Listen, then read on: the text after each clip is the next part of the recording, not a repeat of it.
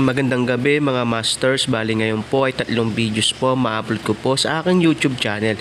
Tama nga mga masters, 3 videos nga po ma-upload ko po. Yon, what's up mga masters? Nandito na naman tayo sa panibagong araw, panibagong kabanata na naman ang pagsasama-samahan natin ngayon guys.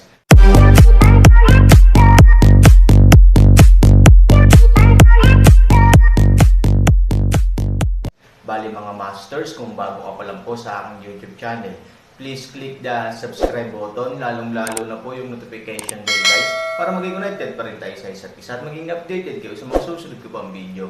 Bali mga masters, bago natin umpisahan ng kwento ay mag-shoutout po muna tayo para sa mga solid nating tagapakinig. Sobra akong nagpapasalamat sa inyo mga Sec Masters at aking mga Emperor. Maraming salamat sa solid na pagsuporta nyo. Yun na nga mga masters, no? Bali hindi na ito patagalin. In 3, 2, 1, let's go! Mga masters, baka pwedeng hindi tayo mag-skip ng ads. Salamat mga masters. Ang bagong yugto ni Daryl sa Storytelling Channel sa YouTube mapapakinggan. Ang bagong kabanata. Lubos ako nagtitiwala sa iyo Brother Chester. Ang iyong kakayahan at katalinuhan sa pagbuo ng plano ay kakaiba at tiyak na magtatagumpay. Ngayon Brother Chester, mapagbibigyan mo ba ako muli?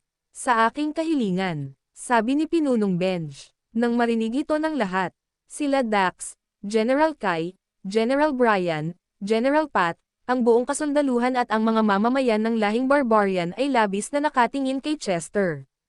Nakikita at nararamdaman ni Chester ang mga tingin ng lahat. At si Chester ay nagsalita at sinabi, "Kung aking pagbibigyan muli ang iyong kahilingan Brother Benj, na bumuo ng isang plano at mamuno sa buong lahing barbarian. Lahat ba ng magiging desisyon ko ay ito lang ang masusunod?"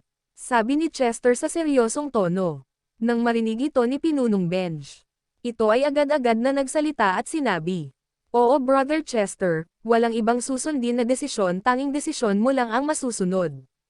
Na kahit ako mismo na hari ng aking lahing barbarian, ay hindi magdedesisyon at susunod ako mismo sa iyong desisyon." Sabi ni Pinunong Benj kay Chester at ito ay nangako. "Pinapangako ko iyan Brother Chester." Nang marinig ito ni Chester, ito ay nagsalita at sinabi, "Kung ganon Brother Benj, tinatanggap ko na pamunuan ulit ang buong kasundaluhan ng iyong lahing barbarian. At aking titiyakin na ang buong lahing barbarian ay hindi mapapahamak." Sabi ni Chester sa seryosong tono. Nang marinig ito ni Pinunong Benj, ito ay sumigaw at sinabi sa malakas na tono, "Ngayon, nakasalalay na sa magiging plano ni Brother Chester ang ating mga buhay. Kaya kailangan natin suportahan ng husto si Brother Chester. Ngayon ihatid na natin ang katawan ni General Miles sa kanyang magiging libingan."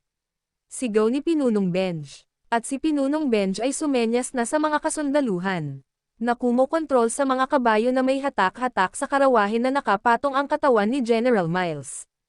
Napalaki rin na ang mga kabayo.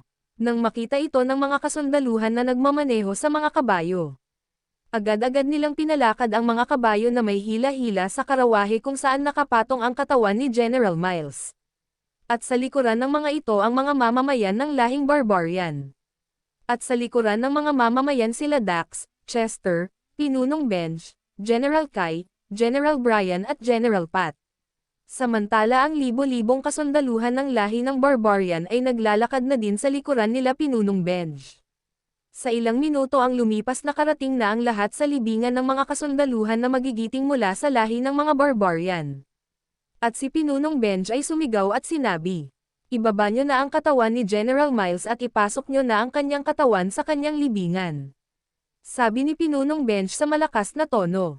Nang marinig ito ng mga kasundaluhan ng lahing barbarian, agad-agad nilang binuhat ang katawan ni General Miles at binaba sa karawahe at agad-agad nilang pinasok sa libingan. Sa pagpasok ng mga kasundaluhan sa katawan ni General Miles sa libingan, si Pinunong Benj ay nagsalita at sinabi, "Lubos kaming nagpapasalamat lalo na ako sa iyong kagitingan General Miles. Hindi namin lahat makakalimutan ang iyong kabutihan lalo na ang iyong naging katapangan na ipaglaban ang ating lahi. Ang katulad mo ay hindi kailanman mawawala sa puso at isip namin lahat. Lalo na ako, nagpapasalamat kami na ikaw ay nakasama namin. At pinapangako ko sa iyo General Miles, ang lahi ng mga elf ay amin wawakasan. Pinapangako ko iyan sa iyo." Sabi ni Pinunong Benj sa malakas na tono.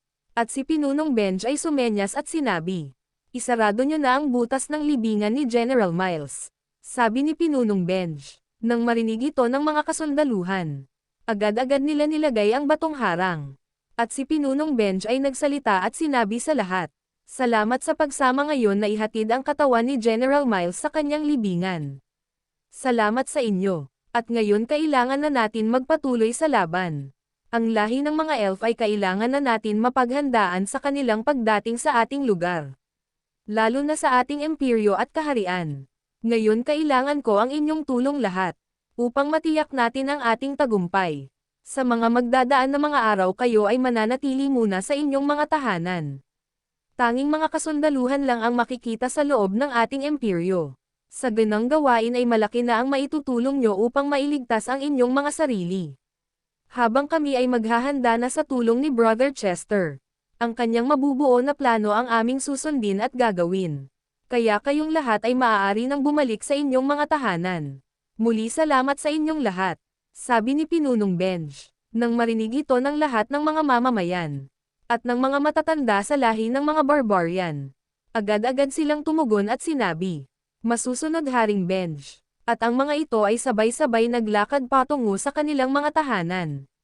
Si Pinunong Benj ay muling nagsalita at sinabi, "General Kai, General Brian, General Pat, ang buong kasundaluhan ay italaga niyo muna sa gate ng ating imperyo. Kapag nahanay niyo na sila sa gate ng imperyo, sumunod kayo sa amin sa loob ng aking kaharian. Kami nila Brother Dax, Brother Chester ay magsisimula na talakahin ang mga dapat gawin sa pagdating ng mga elf at ang kanilang hari sa ating imperyo. At mamaya, dumiretso kayo sa silid pulungan sa loob ng aking kaharian. Maliwanag ba?" Sabi ni Pinunong Benj kila General Kai, General Brian, General Pat. Nang marinig ito nila General Kai, General Pat at General Brian, agad-agad silang tumugon at sinabi, "Masusunod Haring Benj." At si General Kai ay sumigaw at sinabi sa mga kasundaluhan, "Kayong lahat sumunod kayo sa amin. Itatalaga muna namin kayong lahat sa gate ng ating imperyo. Habang wala pang nabubuong plano si Sectmaster Chester. At kung may plano ng nabuo, ay agad-agad nyo itong malalaman. Sa ngayon itatalaga muna kayong lahat na magbantay sa gate ng imperyo." Maliwanag ba? Sigaw ni General Kai. Nang marinig ito ng libo-libong kasundaluhan ng lahing barbarian, agad-agad silang tumugon at sinabi, "Oo General Kai, maliwanag sa amin ang lahat." Sigaw ng libo-libong kasundaluhan ng lahing barbarian. At si General Brian ay nagsalita din at sinabi, "Kung ganun tayo na sa gate ng imperyo." Sigaw ni General Brian. At sila General Kai, General Brian at General Pat ay sabay-sabay yumuko kila Chester, Dax at Pinunong Benj at sinabi, "Maiwan na namin kayo Sectmaster Chester, Sectmaster Dax at Haring Benj." At sila General Kai, General Pat at General Brian ay naglakad na at ganun din ang mga kasundaluhan ng lahing barbarian, patungo sa direksyon kung nasaan ang gate ng imperyo. Nang makaalis na ang lahat, tanging sila Dax, Chester, at Pinunong Benj na lang ang naiiwan. Si Pinunong Benj ay nagsalita at sinabi, "Brother Dax at Brother Chester, tayo na sa aking kaharian." Sabi ni Pinunong Benj at ito ay humawak sa balikat nila Dax at Chester. At ito ay naglakad na. At ang tatlo na sila Dax, Chester at Pinunong Benj ay sabay na naglakad patungo sa direksyon kung nasaan ang kaharian ni Pinunong Benj. Samantala, sa loob ng imperyo ng lahing elf, at sa lugar kung saan nakatayo ang kaharian ni Master Ken, si Master Ken ay binabalutan ng hangin ang buong katawan at ang hangin ay nagtataglay ng kuryente. Habang sumisigaw si Master Ken sa mga oras na ito at sinasabi, "Mga lapastanganan lahi ng mga demonyo, magbabayad kayo. Magbabayad kayo sa inyong ginawa sa aking mga kalahi lalo na sa aking tinuturing kong anak na si Yui. Mga demonyong nilalang, mananagot kayo sa inyong ginawa sa aking lahi." Sigaw ni Master Ken sa napakalakas na tono. Ang sigaw ay umalangaw sa buong paligid. At sa hindi kalayuan si Matandang Los ay nakikita ang figure ni Master Ken ay pinapaligiran ng hangin at ang hangin ay naglalabas ng kuryente. At nakikita niya din ang kaharian ni Master Ken ay wasak at nakaguho, at ang sigaw ni Master Ken sa mga oras na ito ay naririnig ni Matandang Los. At si matandang Loss ay nagpas siyang maglakad ng mabilis. Dahil nakikita niya ang figure ni Sophie ay malapit kay Master Ken. Na pinipigilan ang malakas na hangin na siya ay dalan. At si matandang Loss ay agad-agad na nakarating kay Sophie at sinabi, "Apo, halika lumapit ka sa akin." Sabi ni matandang Loss. At ito ay gumawa ng protection shield. Habang hawak-hawak si Sophie. Habang si Master Ken ay patuloy sa pagsigaw sa galit na tono. At ang sinisigaw ang uri ng mga nilalang na lahing demonyo. Yun na nga mga masters, no? Bali panibagong kabanata na naman yung natapos natin ngayong gabi. Muli, maraming salamat po talaga sa walang sawang suporta po sa aking YouTube channel na talagang inaabangan nyo po ang bawat upload ko po. Bali mga masters, magkita-kita ulit po tayo bukas ng gabi at ngayon po ay magpapaalam po muna tayo. Bali mga masters, bye-bye!